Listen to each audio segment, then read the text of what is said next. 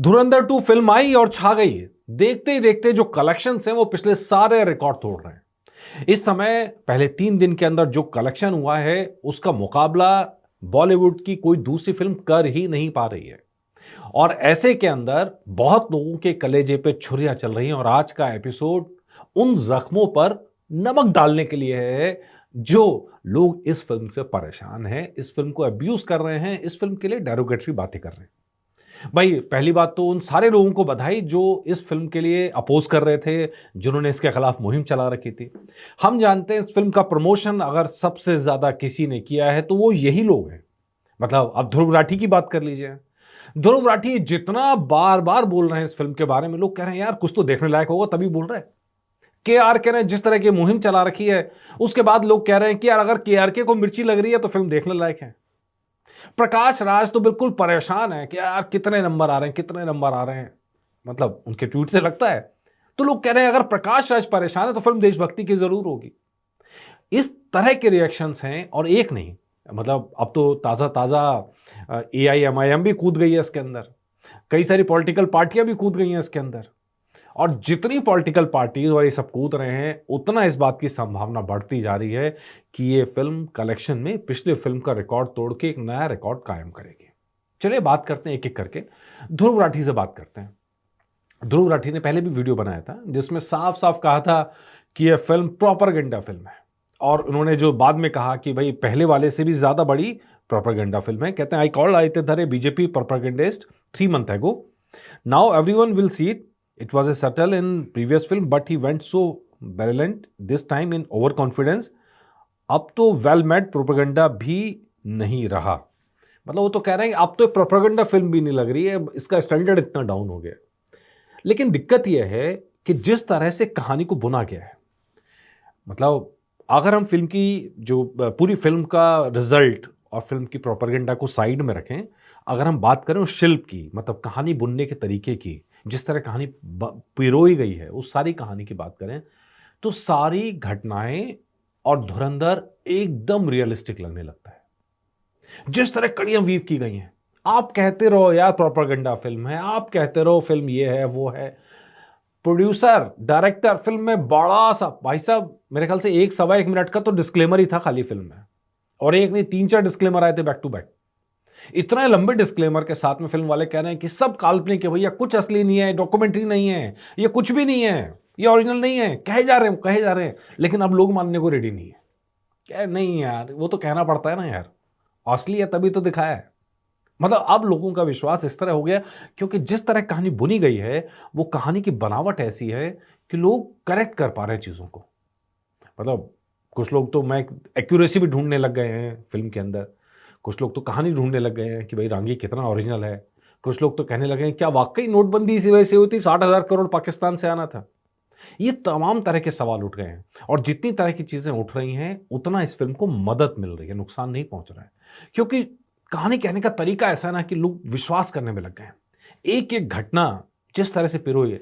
रहमान डकैत, जब आप नेट पे सर्च करेंगे तो आपको दिखेगा यार रहमान डकैत तो था, असलम चौधरी एसपी तो था, उजैर को तो दुबई में गिरफ्तार किया गया था। मतलब आप जब बुनने जाएंगे कहानी को तो लगेगा कि टाइमलाइन भी ठीक है। 2014 में तो दुबई में अरेस्ट किया गया था उसको, बलोच को। तो आपको लगता है कि यार ये सब चीजें हैं तो बाकी चीजें भी सही हैं। अब दिक्कत यह है कि सही है या नहीं है, इस बात की पुष्टि ना तो रॉ करने वाली है, ना भारत करने वाला है, ना पाकिस्तान करने वाला है, ना ISI करने वाली है। ना इसकी पुष्टि कोई करने वाला है, ना इसका खंडन कोई करने वाला है। इसलिए जितनी तरह की सोच होगी वो उस पर लगाई रह सकती है और जितनी तरह के ध्रुव राठी जैसे लोग इस पर वीडियो बनाएंगे वो बनाते रहे, लोगों के गले के नीचे वो वीडियो नहीं उतर रहा है। हाँ, बात करें प्रोपेगेंडा है तो ये कहने वाले अकेले नहीं हैं। अच्छा, इंटरेस्टिंग पार्ट देखिए, सोशल मीडिया पे एक और शख्स बहुत एक्टिव रहते हैं, दैट्स के आर के इस फिल्म की धज्जियां उड़ाने में लगे हुए थे धुरंधर 2 के पहले से, 1 के पहले से सॉरी। लगे था फिल्म तो फ्लॉप होगी, घटिया है, ये भी नहीं होगा, वो भी नहीं होगा, बट्टा भी नहीं खुलेगा, मतलब पता नहीं क्या क्या कहने में लगे हुए थे। फिर फिल्म उठी, उठ के तमाचा मारा खिंचा के, मतलब कितना कि सन्नाटा छा गया, कानों के आगे पी पी गूंजने लगी होगी। और तब जाके उन्होंने कहा कि नहीं फिल्म तो हिट हुई है भाई, प्रोपेगेंडा हिट हो गया है, नफरत हिट हो गई है। ये दूसरा तार आया वहां से। एक वो वर्ग है जो इसको प्रोपेगेंडा बता रहा है, एक वो वर्ग है जो उसको बता रहा है नफरत फैलाने वाली फिल्म है, ठीक है। उसके बाद वो लगे हुए लगातार ट्वीट करने में, वो कह रहे हैं कि भैया पहले वाली ज़्यादा बेहतर थी, दूसरी वाली तो और बुरी फ़िल्म है। तो वो बुरी फ़िल्म क्यों है? उनकी अपनी वजह है, क्योंकि इस बार पीएम मोदी का ज़िक्र है, उनके भाषण का ज़िक्र है नोटबंदी से पहले, और उस नोटबंदी के भाषण के ठीक पहले वो पूरी कहानी पिरोई गई है कि किस तरह दाऊद समर्थित लोग जो है भारत में 60,000 करोड़ इन्फ्यूज़ करने वाले थे। मतलब पूरा जो इलेक्शन था यूपी का उसको बाधित करने की तैयारी थी, और उस वजह से नोटबंदी की गई। ये भारत में रहने वाला हर शख्स जानता है कि नोटबंदी का सीधा-सीधा कनेक्शन यूपी इलेक्शन से था। सब जानते हैं इस बात को। लेकिन सिर्फ़ मैं कहूँगा पाकिस्तान से आने वाले नोट नहीं थे, बहुत सारी बातें और भी थी। पॉलिटिकल पार्टीज़ के पास जिस तरह का पैसा अनाप-शनाप पैसा था, हम जानते हैं उसके बाद इलेक्शन रिज़ल्ट पे फ़र्क पड़ा था। लेकिन जो करेंसी थी, जो फर्जी करेंसी थी, उस पर भी असर पड़ा था, और बहुत हद तक जो पूरे इरादे इस तरह के थे, उस पे असर पड़ा, और उसका असर हमने बाद में कश्मीर में भी देखा जब पत्थरबाज़ों की संख्या कम हो गई। तो ये सारे असर तो पड़ रहे हैं, ये सब चीज़ें हमें दिखाई दे रही हैं, आप करते रहो जितना बोलना है, लेकिन भारत की आम जनता इस बात को जानती है कि नोटबंदी हुई थी, और नोटबंदी होने के पीछे एक मोटिव था। वो मोटिव किसी को नहीं पता था। ये फ़िल्म चाहे काल्पनिक तौर पर सही, मतलब जैसा उसका दावा है, एक मोटिव देती है कि भई ये वजह थी। ठीक है? ये पूरा होने लग रहा है। इसी तरह हमने फर्ज़ी सीरीज़ जब आई थी, उसके अंदर भी इसी तरह की कहानी देखी थी। तब इतना बैकलैश की बात नहीं हुई थी, तब बात नहीं हुई थी कि पाकिस्तान को बुरा बता रहे हैं, तब भी यही कहानी थी कि नोटबंदी से पहले क्योंकि बड़ी खेप आने वाली थी। तो ख़ैर एनीवे, वो एक पार्ट हो जाता। तो केआरके जैसे लोग लगे हुए हैं इस बात को करने में कि ये पूरी तरह से बकवास फ़िल्म है, घटिया फ़िल्म है, गालियों पर बेस है। वो तो कहते हैं कि जो बड़ा मज़ेदार कोट था केआरके का, वो आपको मैं दिखाता हूँ। वो कहते हैं केआरके कि भई आदित्य धर ने धुरंधर 2 बनाई 4 पॉइंट्स के साथ, कि एवरी 3 डायलॉग, हर तीसरा डायलॉग गाली है, जो डेफिनिटली जिसने भी देखा है वो जानता है ये सच नहीं है। हर तीसरा डायलॉग तो गाली नहीं है।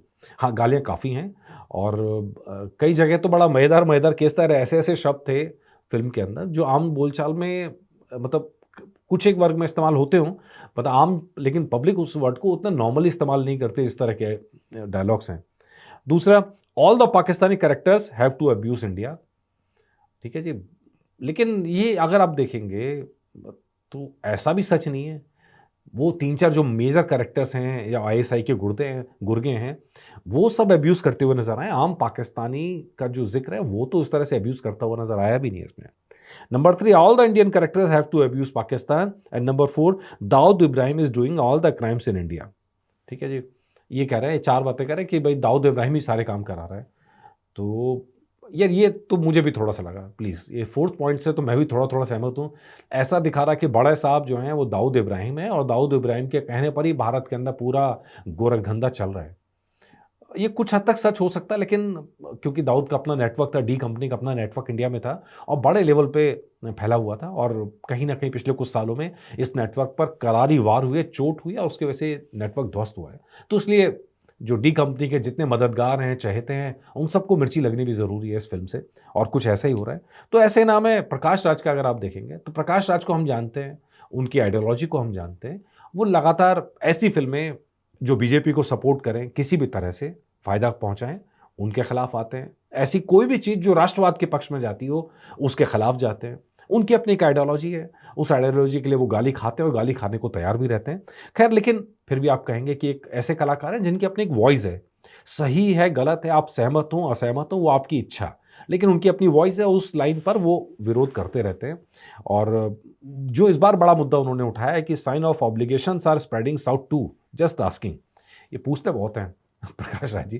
खैर, इसकी वजह भी है क्योंकि महेश बाबू ले लो, अल्लू अर्जुन ले लो, राजमौली साहब ले लो, लाइन लगी पड़ी है इस बार साउथ के एक्टर्स की, डायरेक्टर्स की, प्रोड्यूसर्स की, जो आके जूनियर एनटीआर इसके अंदर शामिल हैं, विजय देवरकोंडा इसके अंदर शामिल हैं। इन सब ने आके तारीफ़ की है धुरंधर 2 की कि बहुत शानदार है, और सिनेमा में बड़ा चेंज लाने वाली है, और इसकी कहीं न कहीं एक कड़ी बने राम गोपाल वर्मा, जो लगातार इस फ़िल्म का सपोर्ट कर रहे हैं, और किसी आइडियोलॉजी की वजह से नहीं कर रहे हैं, वो उसके क्राफ्ट की वजह से कर रहे हैं। डेफ़िनेटली इस फ़िल्म ने कहीं न कहीं ऐसा क्राफ्ट क्रिएट किया है, जिसके लिए लोग उनकी जो तालियाँ बजा रहे हैं, शाबाशी दे रहे हैं, और शानदार काम कर रहे हैं। अब लेकिन ये सब चीज़ें जो विरोध कर रहे हैं, उनको ये नहीं दिखाई दे रहा है, उनको प्रोपेगेंडा नफ़रत और ये सब नज़र आ रहा है। इसमें ताज़ा नाम जुड़ गया है वारिस पठान का, जो एआईएमआईएम के लीडर हैं। वो कहते हैं कि इस फ़िल्म पे बैन लगाना चाहिए क्योंकि प्रोपेगेंडा फ़िल्म है। इसको नॉनसेंस, नफ़रत फैलाने वाली फ़िल्म और मुस्लिम्स को विलेन की तरह दिखाने वाली फ़िल्म और पीएम के जो जो उन्होंने शब्द इस्तेमाल किया, बेवकूफ़ाना फ़ैसलों को सही ठहराने वाली फ़िल्म है। तो यार दिक्कत ये है कि इनको इतना चुप क्यों रही है फिल्में? मतलब फ़िल्म तो फ़िल्म ही है। हमने ना जाने कितनी फ़िल्में ऐसी देखी हैं, जहाँ पर एक ख़ास विचारधारा को, एक ख़ास पंथ को आगे बढ़ाने के लिए प्रोपेगेंडा आप उसको अपनी तरह से कह सकते हैं। बहुत तरह की चीज़ें हमने देखी है बॉलीवुड के अंदर होती हुई। एक ख़ास तरह की आइडियोलॉजी को आगे बढ़ाने की कोशिश हुई। बड़ी-बड़ी ब्लॉकबस्टर फ़िल्मों के अंदर प्रोपेगेंडा था जो सामने-सामने नज़र नहीं आता था। उस समय ये सारी आवाज़ें नहीं उठी थी। लेकिन अब ये आवाज़ें उठ रही हैं और फ़िल्म को बैन करने की माँग उठ रही है, नफ़रत फैलाने की बात हो रही है। लेकिन मेरा कहना है कि जनता समझदार है। मतलब जनता जानती है वो क्या देख रही है। जनता ये भी जानती है कि उसको क्या पसंद आया और क्या पसंद नहीं आया है। जनता बेवकूफ़ नहीं है। आम पब्लिक बेवकूफ़ नहीं है। अच्छा, जब नोटबंदी होती है तो सबको रीज़न कहीं न कहीं मालूम है कि देश में जाली करेंसी इतनी ज़्यादा आ चुकी थी कि उसका कहीं न कहीं रोकथाम करनी ज़रूरी थी। इसी तरह यूपी के एक बाहुबली की जब मर्डर होता है, तो सब जानते हैं उसके पीछे और भी वजह थी। ये फ़िल्म उन वजहों को तलाशती है, सीधा-सीधा नाम तो नहीं लेती। पाकिस्तान की पॉलिटिक्स पे जिस तरह से कॉम्बिनेशन किया गया, चाहे नवाज़ शरीफ का आना हो, चाहे ज़रदारी साहब हों, सबके नाम बदल दिए गए हैं, लेकिन कहानी लगभग-लगभग उसी समय फ्रेम में चलती है। और मैं ये जानना ज़रूर चाहूँगा, क्या इस कहानी के लिए अजीत डोभाल जी ने भी कुछ मदद की थी? मतलब ये कहानी लिखने में जिस तरह के फैक्ट्स लगाए गए हैं, या सिर्फ़ आदित्य धर की अपना माइंड था, मास्टरमाइंड था, या अजीत डोभाल ने भी इसमें कोई मदद की थी? ये उत्सुकता मेरी ज़रूर बनी रहेगी। बाकी आप लोग इस तरह के बैकलैश से इसमें कन्नड़ा के मतलब फिर वही बात आइडियोलॉजी की बात है, जिनकी अपनी आइडियोलॉजी है वो विरोध में आ रहे हैं। यूपी की पार्टियों को, विपक्षी पार्टियों को बहुत चुभ रही है कि अतीक अहमद को एकदम विलेन बना दिया गया आईएसआई से संबंध रखने के आरोप में। लेकिन शायद बहुत सारी बातें इंडिया की पब्लिक ऑलरेडी जानती है, समझती है और बोलने का उसके पास मौका नहीं होता इसलिए बोलती नहीं है। लेकिन वो जानती समझती ज़रूर है। इसलिए आप लोगों का इस हेट के माहौल पे क्या कहना है? क्या आप भी मानते हैं कि प्रोपेगेंडा फ़िल्म है? क्या फ़िल्म का मकसद सिर्फ़ बीजेपी को फ़ायदा पहुँचाना है? या फ़िल्म एक कड़वा सच दिखाती है जिसको बहुत लोग एक्सेप्ट नहीं कर पा रहे हैं? आपकी क्या राय है? कमेंट करके मुझे बताइए। नमस्कार।